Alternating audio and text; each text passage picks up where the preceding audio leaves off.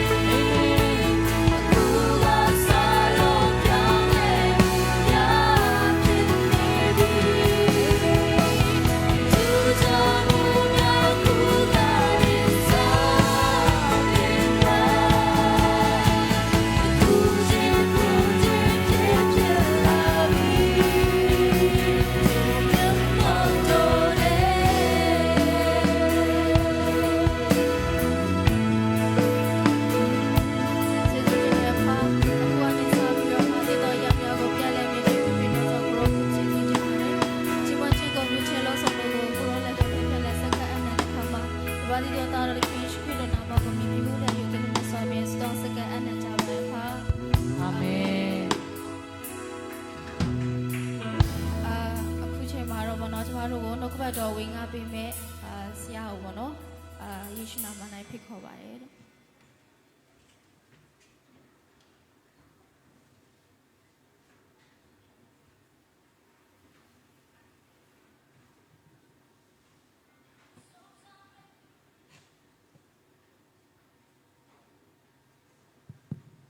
အားလုံးမင်္ဂလာပါအချင်းခါကောင်းပြန်စင်ပြီးတယ်ဖျားရှင်ကိုထူပဲကျေးဇူးတင်ပါတယ်ဒီနေ့ဒီအချင်းဟာကျွန်တော်အန်ဒရမျိုးစုံကြားထဲမှာဒေါ်လာလှူရှားနေရတဲ့အချင်းဖျားရဲ့ကြွယ်ကမှုဖျားရဲ့လုံခြုံမှုအောက်မှာကျွန်တော်နေရလို့ဒီလိုအချင်းခါမျိုးများကျွန်တော်ခံစားရတာဖြစ်တယ်အားလုံးကဖျားရဲ့ကျေးဇူးတော်ကိုခံစားတဲ့သူများဖြစ်တယ်ဆိုတာဥစ္စာဖော်ပြခြင်းတဲ့ဒီနေ့စီအနေနဲ့ရွေးချယ်ထားတဲ့ကျမ်းပိုက်လေးတော့စင်ပြလို့ရှင်ကျွန်တော်အတူဖတ်ရအောင်နော်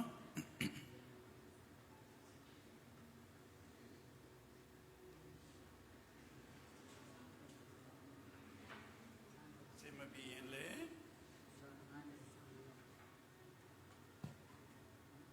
ရှင်ယောဟန်ဩရစာခန်းကြီးငါအငယ်24ဖြစ်ပါတယ်ရှင်ယောဟန်ခရစ်ဝင်ကျမ်းအခန်းကြီး9အငယ်24ငါအမှန်ကန်ဆိုဒီကငါစကားကိုနားထောင်၍ငါကိုစီလွတ်တော်မူသောသူကိုယုံကြည်သောသူသည်ထာဝရတစ်ကိုရသည်ဖြစ်၍အပြစ်စီရင်ခြင်းကိုမခံရတည်ခြင်းမှအသက်ရှင်ခြင်းတို့ကိုးမြောက်သောသူဖြစ်၏ကျမ်းပိုက်တော့တူလေးပဲဒါပေမဲ့ဒီကျမ်းပိုက်ထဲမှာတော့တကယ်ဖခင်ရဲ့ခရစ်တော်ဖခင်ရဲ့ဂတိတော်ကျွန်တော်မြင်တွေ့ရတဲ့ကျမ်းပိုက်လေးဖြစ်ပါတယ်ဒီနေ့တော့အားလုံးသိတဲ့အတိုင်းပဲကပ္ပဝဲတော်နိကပ္ပမှာရှိတဲ့ယုံကြည်သူအားလုံးကသူတကွဝဲတော်ဝင်စားရမယ်ဝဲတော်ခံစားရမယ်နိထူနိမြတ်ဖြစ်ပါတယ်ကပ္ပဝဲတော်မြတ်နိ World Communion Day ပြန်နေစားလာလဲဆိုရင်တော့အဓိကလူသားများအားလုံးမခွဲခြားပဲပန်းစင်ခံတော်လူသားအားလုံးအတွက်အသက်ပေးခဲ့တဲ့တော်ခရစ်တော်ဖခင်အားဖြင့်ဒီပွဲတော်ကပ္ပပွဲတော်မင်္ဂလာအစပြုလာတာဖြစ်ပါတယ်လူသားအားလုံးကဲ့တင်တဲ့ခရစ်တော်ဖခင်အောင်မြင်ခြင်းအလုံးငါကဘာမှာရှိတဲ့ယုံကြည်သူအားလုံးအထူးတကွဒီနေ့ဒီအချင်းကိုတမန်ပြီးတော့မှပွဲတော်အတူဝန်စားဖို့ဖြစ်တယ်ဒါဟာခရစ်တော်ဖခင်လူသားအားလုံးအတွက်အသေးခံခြင်းဒုက္ခန္တာကိုချုပ်ဖဲ့ပြီးတော့မှသူ့ရဲ့အသွေးတော်တွန်းလောင်းခြင်းအပြင်လူသားများကဲ့တင်ခြင်းအပြစ်ကြွေးဆက်ပေးခြင်းအားလုံးတရားပြီးတော့မှဝဲတော်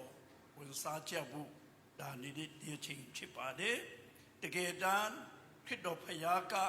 ဖခင်ဖြစ်လက်သားနဲ့လူဇာတိကိုခံယူတာဖြစ်တယ်လူသားအားလုံးအတွက်အသက်ပေးမှုလူဇာတိကိုခံယူတယ်ဖခင်တလန်ကိုစွန့်ပြီးတော့မှလူဇာတိကိုခံယူတယ်နောက်ဆုံးခရစ်တော်ဖခင်ကားရိုက်ပေါ်ရောက်သွားတဲ့အချိန်မှာလူသားနဲ့တောင်မတူတော့တဲ့တဒံဟုတ်တယ်နော်အိုင်ဆရာထဲမှာပေါ်ပြထားတဲ့လူသားနဲ့တောင်မတူတော့တဲ့တဒံမျက်နှာပျက်စီးသွားတဲ့တကူလုံးဒဏ်ရာဒဏ်ချက်နဲ့အသွေးနဲ့ရစရာမရှိတော့တဲ့ခရစ်တော်ဖခင်ကားရိုက်ပေါ်ရောက်တော့တဲ့အချိန်နီလာဒီတောင်မှမကြည့်ရတော့တဲ့အချိန်လောကကြီးကိုမောင်မဲနေတဲ့အချိန်ဒီလိုဝေဒနာကြီးစွာနဲ့အသက်ပေးခဲ့တဲ့တော့ခရစ်တော်ဖခင်ကိုကဘာသားများအားလုံးအောင်မိတရိယာပြီးတော့မှသူ့ရဲ့မိန်းမာတဲ့အတိုင်းပွဲတော်မင်္ဂလာဒုက္ခယူကြဖို့ဆိုတာဒီနေ့အတွက်အနည်းငယ်မိတ်ဆက်ပေးခြင်းနဲ့ခရစ်တော်ဖခင်ကဘာသားအားလုံးနဲ့သက်ဆိုင်တယ်ဆိုတာဒီနေ့ ပွဲတော်မင်္ဂလာတဲ့တက်တီဖြစ်ပါတယ်နော်ဒါကိုခံယူကြဘူးလောကမှာမွေးဖွားလာတဲ့လောကမှာဖော်မြန်လာတဲ့လောကကိုချီချလာတဲ့လူသားတွေအားလုံးထဲမှာတကယ်ထူးခြားတဲ့ထူးဆန်းတဲ့သူတယောက်ကတော့ခရစ်တော်တပါးသားလည်းဖြစ်ပါတယ်လောကမှာ empire ကြီးကြီးတွေပေါ်လာပါတယ်ဘာဘလုန် empire တွေပေါ်လာတယ်ရောမ empire တွေပေါ်လာတယ်နေမဝင် empire တွေပေါ်လာတယ်နော်သူတို့အတိုက်အတာတစ်ခုထိတော့အောင်မြင်တယ်လို့တော့ဟုတ်ပါတယ်ဒါပေမဲ့ဒါတွေကမတည်မြဲပါဘူးတနေ့တစ်ချိန်ကြရင်ကွယ်ပြောက်သွားတယ်ပျောက်ကွယ်သွားတယ်ထိုနည်း၎င်းပဲနပိုလီယန်တို့လက်ထက်မှာဟစ်တလာတို့လက်ထက်မှာကဘာကြီးကိုသူတို့အုပ်စိုးနိုင်အောင်သူတို့ကြိုးစားတယ်စစ်တိုက်တယ်အောင်မြင်တဲ့လောက်သူတို့အောင်မြင်တယ်ဒါပေမဲ့နောက်ဆုံးချက်တော့ပြန်ကျသွားတယ်ကဘာကြီးကိုသူတို့မဟုတ်ဆိုးနိုင်ဘူးဩဇာမလွန်းမှုနိုင်ဘူးသူအင်အားကိုသုံးတယ်နည်းနည်းကိုသုံးတယ်သူတို့မှာရှိတဲ့ power ကိုသုံးတယ်အတိုက်အတာတစ်ခုအထီးတော့သုံးလို့ရပြီမဲ့ကြာကြာမခံပါဘူးခရစ်တော်ဖယားကလောကမှာဖယားရှင်နိုင်ငံတော်ထူထောင်မှုလောကကိုကြွလာတဲ့ချိန်မှာသူသုံးတဲ့လက်နက်ကတော့မေတ္တာလက်နက်ဖြစ်တယ်ကဘာကြီးကိုမေတ္တာနိုင်ငံတည်ထောင်ဖို့ကဘာကြီးမှာမေတ္တာနိုင်ငံတည်ဆောက်ဖို့အလို့ငါခရစ်တော်ဖယားလောကကိုကြွလာတာဖြစ်တယ်စောစာတကယ်အင်ပါယာကြီးတွေတကယ်နာမည်ကြီးတဲ့ဘူချုံကြီးတွေကသူတို့အင်ပါယာသူတို့ရဲ့ဩဇာကဘာကြီးကိုလွတ်မို့အောင်သူတို့ကြိုးစားတယ်ခရစ်တော်ဖယားကအာနာလူကြီးလို့မဟုတ်ပဲနဲ့ကဘာကြီးမှာမေတ္တာနိုင်ငံထူထောင်ဖို့လောကကိုလူစားတိခါယူကြွလာတယ်လောကတို့အားလုံးအတွက်ကားရိုက်ပေါ်မှာရရဆက်ဆက်ဝေဒနာပေါင်းမျိုးစုံခံပြီးတော့မှအတေခံသွားရတာဖြစ်တယ်ဆိုတာလူသားများထူထောင်တဲ့အင်ပါယာနဲ့ခရစ်တော်ထူထောင်တဲ့ချစ်ချင်းမေတ္တာနိုင်ငံတော်ဒါဟာအင်မတန်မှကွာခြားတယ်ဆိုတာအကြံဒီနေ့မနေ့ရတဲ့အချိန်လေးမှာကျွန်တော်တို့ဖတ်သွားတဲ့ကျမ်းပိုက်ရှင်ယောဟန်ခရစ်ဝင်ခန်းကြီးကအငယ်24မှာခရစ်တော်ဖယားကို၌ကသူပေးထားတဲ့ဂတိတော်3မျိုးကိုတို့အချိန်ခံပြီးမှအချိန်ယူသွားဖို့ဆရာပြင်ဆင်ထားပါတယ်ဒီမှာခရစ်တော်ဖယားကဘာနဲ့စလဲဆိုတော့ငါအမှန်ကန်ဆိုဒီကငါအမှန်ကန်ပြောတဲ့စကားတစ္ဆာစကားဖြစ်တယ်ငါစကားနာထောင်၍ငါကိုစီလွတ်တော်သူယုံကြည်တော်သူရီဆိုတဲ့ဟာဒီနော်ငါစကားကိုနာထောင်၍ငါကိုစီလွတ်တော်သူယုံကြည်သူရီဆိုတဲ့ဒါနဲ့ဒီကျမ်းပိုက်လို့အစာပြုတယ်ဒီနေရာမှာတချို့ကခရစ်တော်ဖယားကိုယုံကြည်လို့ဒီခရစ်တော်သုံးချက်ပြည့်စုံလာတာခမည်းတော်ဖယားယုံမှာမဟုတ်ဘူးလားတန်တရားဖြစ်တတ်တယ်ယဝေယဝါဖြစ်တတ်တယ်ခရစ်တော်ဖယားကသိတော့ဒီနေရာမှာငါစကားကိုနားထောင်ပြီးငါကိုစီလွတ်တော်သူကိုယုံကြည်တော်သူဆိုတဲ့နေရာမှာခရစ်တော်ဖယားပြန်ရှင်းပြပါတယ်အခန်းကြီး20အငယ်44အခန်းကြီး20အငယ်44မှာခရစ်တော်ဖယားကဘယ်လိုပြန်ရှင်းပြလဲဆိုတော့ငါကိုယုံကြည်တော်သူဒီငါကိုတာယုံဒီမဟုတ်ငါကိုစီလွတ်တော်သူကိုယုံကြည်လို့ပေါ်ပြထားတယ်ငါကိုယုံကြည်တော်သူဟာငါကိုတာယုံကြည်တာမဟုတ်ဘူးတဲ့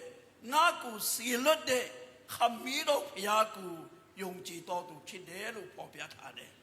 ခမည်းတော်ဖယားနဲ့တားတော်ဖယားတထပ်သေးဖြစ်တယ်အတူဖြစ်တယ်ဆိုတာခရစ်တော်ဖယားကဒီနေရာမှာထပ်ပြီးပေါ်ပြထားတယ်အမှန်တရားရေးကြည့်တယ်နော် ငါကိုစီလွတ်တော်သူလို့ပြောတဲ့နေရာမှာခမည်းတော်ဖရာယုံကြည်တော်သူဒီဆိုတဲ့နေရာမှာခမည်းတော်ဖရာနဲ့တားတော်ဖရာခရစ်တော်ဖရာကခွဲခြားမှုမဟုတ်ပဲနဲ့တထထဲဖြစ်တယ်ဆိုတာဒီနေရာမှာဖော်ပြထားတာဖြစ်တယ်အဲ့ဒါကြောင့်ခရစ်တော်ငါအမှန်ကန်တစ္ဆာရှိတဲ့စကားခရစ်တော်ဖရာဂတိတော်၃မျိုးပြီးသွားတဲ့နေရာမှာနံပါတ်1တစ်ချက်တော့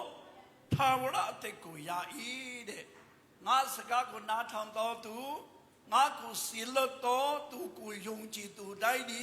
ထာဝရအသက်ကိုရ၏လို့ပြောပြထားတယ်ဒါဟာဒီမရမယ့်အရာပြောတော့မဟုတ်ဘူးကျူးစာပြီးတော့မှရမယ့်အရာမဟုတ်ဘူးပစ္စုပန်ယခုအချိန်မှာခရစ်တော်ဘုရားကိုလက်ခံယုံကြည်တော်သူလက်ခံယုံကြည်သည့်အချိန်မှာရတဲ့ထာဝရအသက်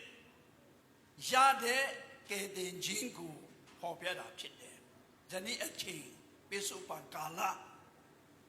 ယုံကြည်လက်ခံတော်သူတိုင်းကယုံကြည်လက်ခံတဲ့အချိန်မှာထာဝရအသက်ပိုင်ဆိုင်တော်သူကယ်တင်ခြင်းရရှိတော်သူဖြစ်တယ်ဆိုတာဒီနေရာမှာခရစ်တော်ဘုရားကဟောပြထားတာဖြစ်တယ်ဒီနေရာမှာနည်းနည်းထပ်ပြီးတော့ပြောမယ်ဆိုရင်တချို့ကခရစ်တော်ဘုရားကိုယုံကြည်တဲ့နေရာမှာကောင်းကြီးလိုချင်လို့ကျမ်းမာခြင်းလိုချင်လို့မူကောင်းရောပြီးတော့မှစိုက်ပျိုးသီးနှံဒီအောင်မြင်ထွန်းကားမှုယုံကြည်ပြီးတော့မှနောက်လိုက်တော်သူလည်းရှိတယ်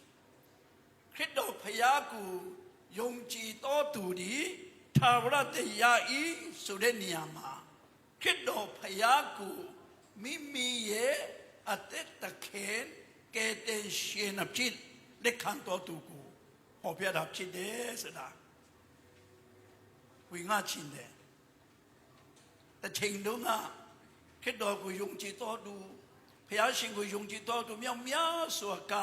မိမိကောင်းချစ်အတွက်ယုံကြည်ကြတယ်ဘုရားကိုယုံကြည်ရမူရွာလာမယ်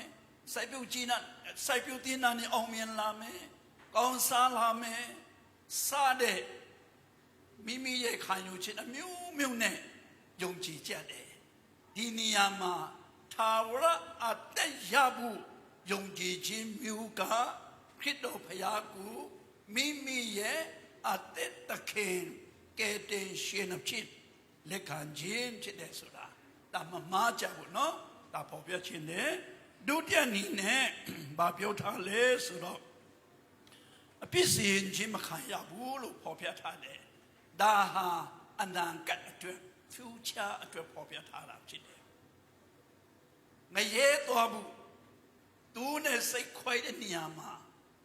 ကောင်းကင်နိုင်ငံဝန်စားမဲ့ငရဲပြည်ဝန်စားမဲ့စီရင်ခြင်းမခံရတော့ဘူးလို့ခရစ်တော်ဘုရားပေါ်ပြထားတယ်။ဘာဖြစ်လို့လဲဆိုရင်အဲ့ယုံကြည်သူရဲ့အထဲမှာတန်ရှင်တော်ဝိညာဉ်တော်ကသစိတ်ခတ်ထားတယ်လို့ပေါ်ပြထားတယ်နော်။ဧဖက်ဩဝါဒစာခန်းကြီး၄ထဲမှာခရစ်တော်ဘုရားကိုမိမိရဲ့ကယ်တင်ရှင်အသက်တခင်အဖြစ်ယုံကြည်တော်သူတိုင်းရဲ့အသက်တာဟာဘုရားရှင်ဒီတန်ရှင်တော်ဝိညာဉ်တော်အားဖြင့်သစိတ်ခတ်ထားတယ်ဆိုတာပေါ်ပြထားတယ်။အဲ့ဒါကြောင့်ယုံကြည်တော်သူတိုင်းရဲ့အထဲမှာတန်ရှင်တော်ဝိညာဉ်တော်ရှိနေတော့တန်ရှင်တော်ဝိညာဉ်တော်ရှိတဲ့လူတိုင်းဟာပစ္စည်းချင်းမခံရတော့ဘူးဆိုတာဒီနေရာမှာခရစ်တော်ဘုရားပေါ်ပြသွားတာဖြစ်ပါတယ်ဒုတိယချက်အနေနဲ့တတိယချက်နဲ့နောက်ဆုံးအချက်အနေနဲ့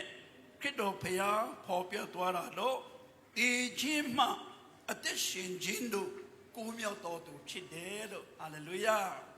ဒီချင်းမှအသက်ရှင်ခြင်းတို့ကိုးမြောက်တော်သူဖြစ်တယ်လို့ပေါ်ပြထားတယ်ခရစ်တော်ဘုရားသာမရှိခဲ့ဘူးဆိုရင်ခရစ်တော်ဘုရားသာကျွန်တော်မရခဲ့ဘူးဆိုရင်ခရစ်တော်ဘုရားသာကျွန်တော်တို့မယုံခဲ့ဘူးဆိုရင် အတိတ်ဘဝပိစုပန်ဘဝအနာဂတ်ဘဝဒီချင်းတရားဖြစ်တဲ့ခန္ဓာဒီချင်းဝိညာဉ်ဒီချင်းထာဝရဒီချင်းကြုံရမယ်လူသားတွေဖြစ်တယ်ဒီချင်းတရားလို့ပြောတဲ့နေရာမှာဝိညာဉ်ဒီချင်းခန္ဓာကိုယ်တက်ရှင်တဲ့ဝိညာဉ်တော့တည်တယ်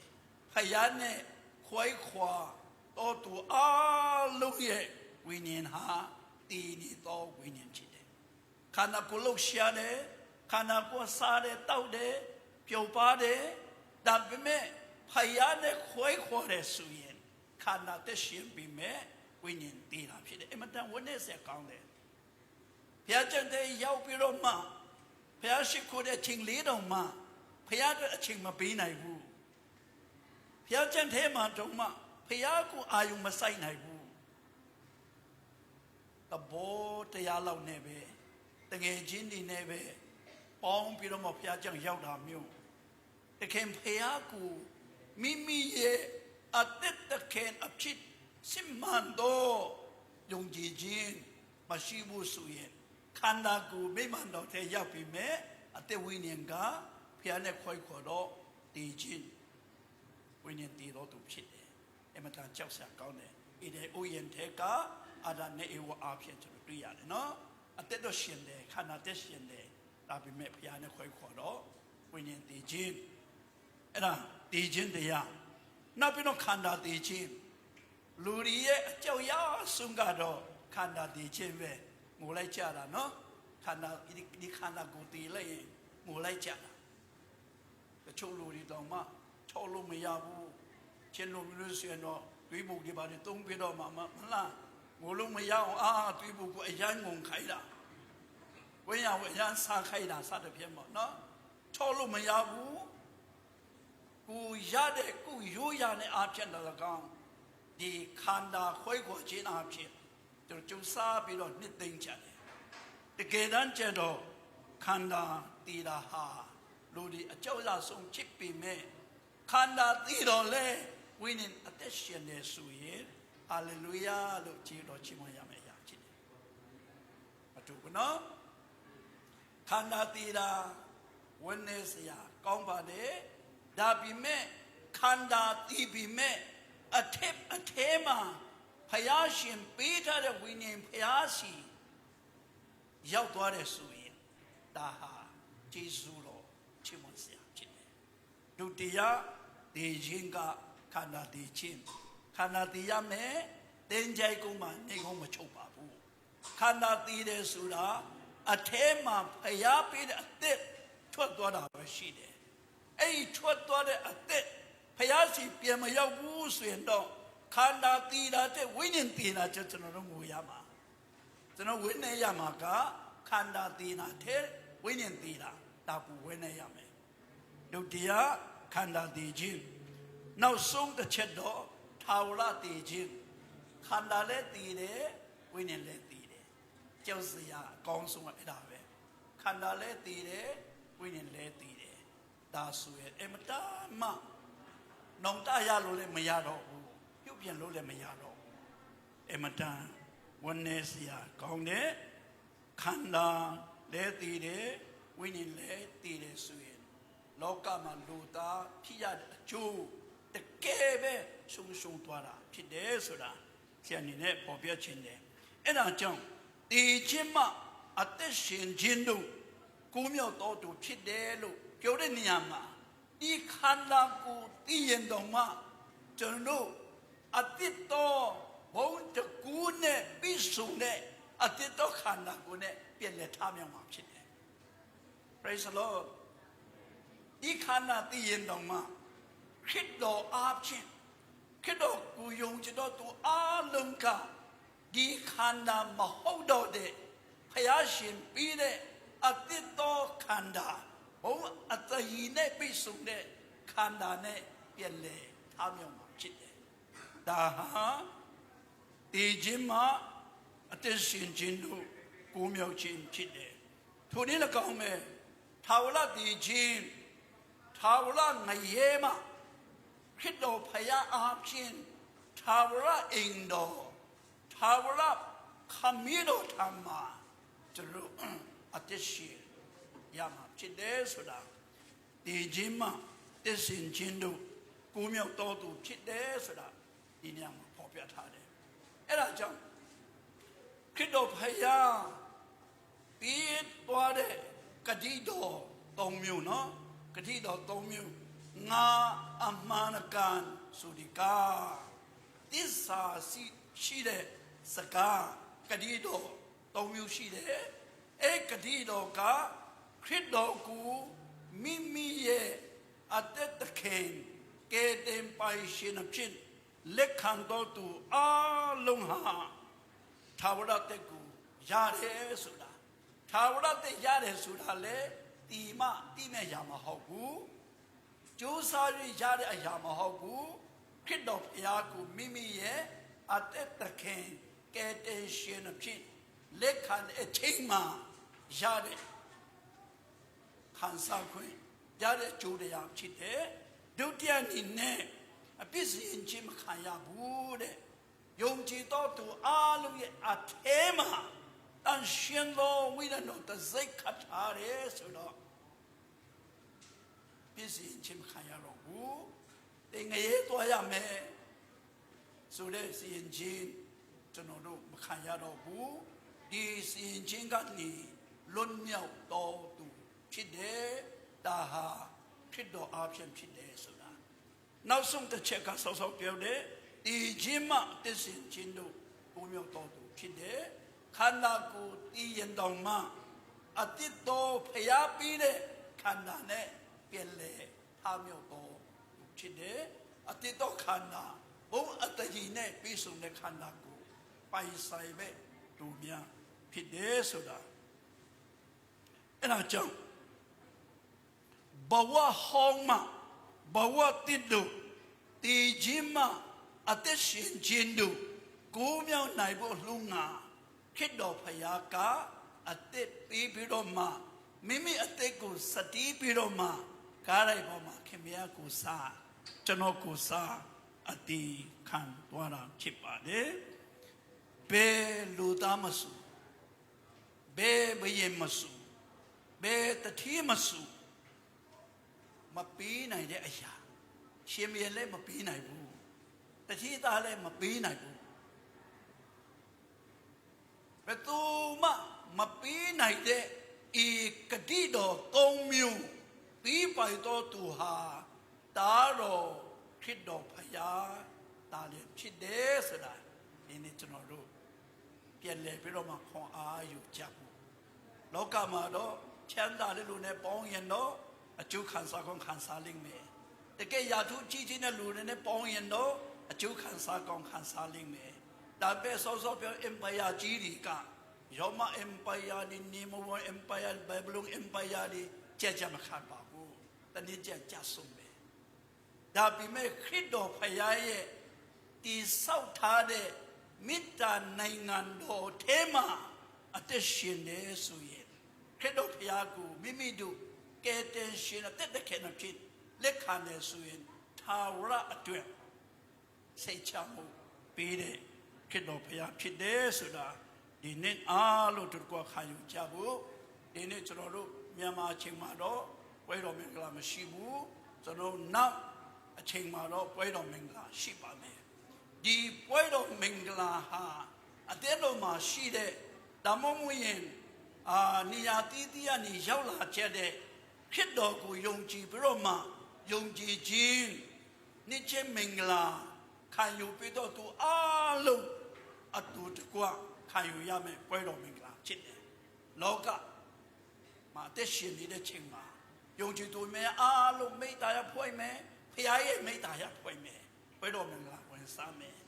Emadan, two chade a yataku, so no Mule Niare, a yatakuka.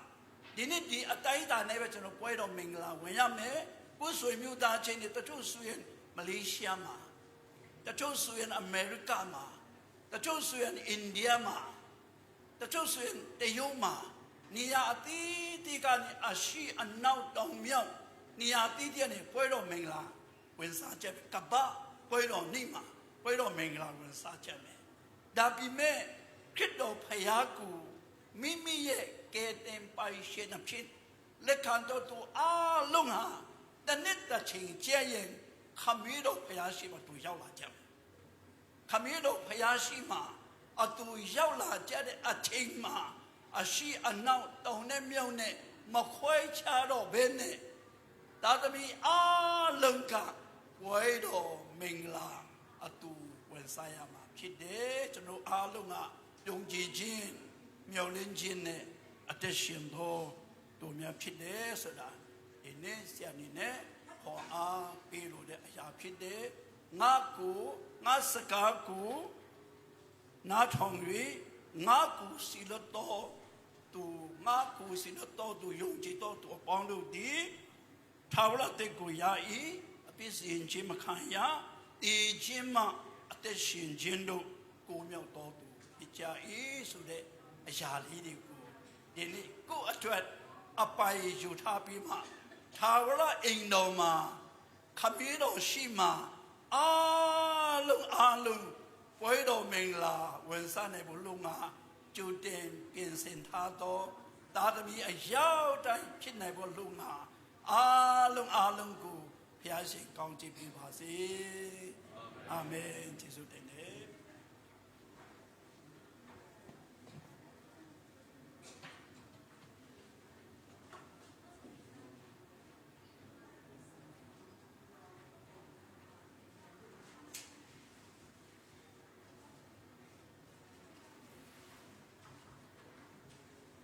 ကြားနာသွားတဲ့နှုတ်ကပတ်တော်အတွက်ကိုဆရာကိုကျေးဇူးတင်ပါတယ်လို့မြန်မာစီစဉ်ဆုံးသက်ဖို့ရန်အတွက်ပေါ့နော်အားလုံးအတူတကွမတ်တရက်လျက်အဖမြတ်တာဆိုတဲ့တခြင်းလေးနဲ့ချီးမွမ်းကြရအောင်